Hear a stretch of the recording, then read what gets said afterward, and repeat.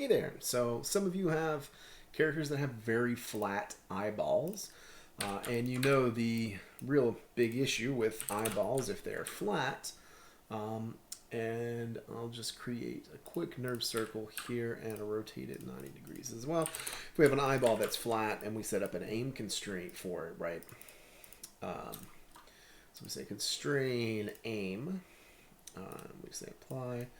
And we go to move this controller around, and we'll enable wireframe so we can actually see.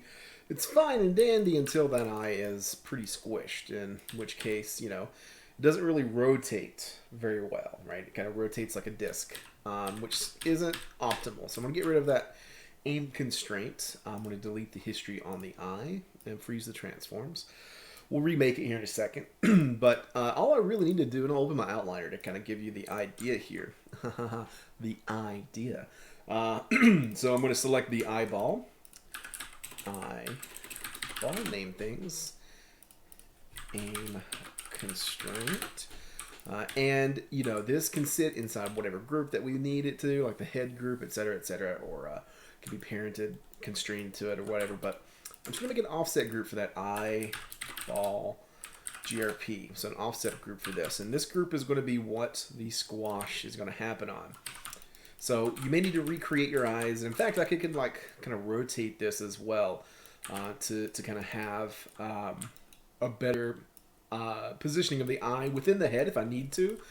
And I can, that rotation and scale was on the group. I can go back to my regular eyeball now and kind of just rotate it around. And take a look when I do. It kind of adheres and maintains to that squash direction and rotation that I set up in the offset group. So I just want to really like point that, you know, the triangle point there, all of that huge star at the top of that sphere, really forward to the best that I can. Maybe in just a bit more. Let's see from the front view here. Maybe just a bit more. Make it look like it's looking at the camera. And then when I go to build this aim constraint, I don't want to build it on the group. I just want to build it on the actual ball inside the group. So I can say apply, and wherever this moves, you know, it's going to be rotating and looking at that without changing shape or rotating around. Really straightforward. In fact, just to kind of show it off a little bit better, let's turn the grid off and assign a new material, a surface shader. And we'll make this one completely white, and I'll go to these faces here, just grow that out, get rid of the back selection, and assign new material, a surface shader black. That way we can kind of see, without the wireframe, the direction that that eyeball is looking. And it's always staying flat, right? If we ever turn that back on, it's always staying flat, kind of rotating within itself. And then, for example, if I had a overall, let's just say curves, a neck group down here, we'll duplicate that for the head group up here, and I'll move that pivot down just a bit here. Right, and you know that head is part of the neck group.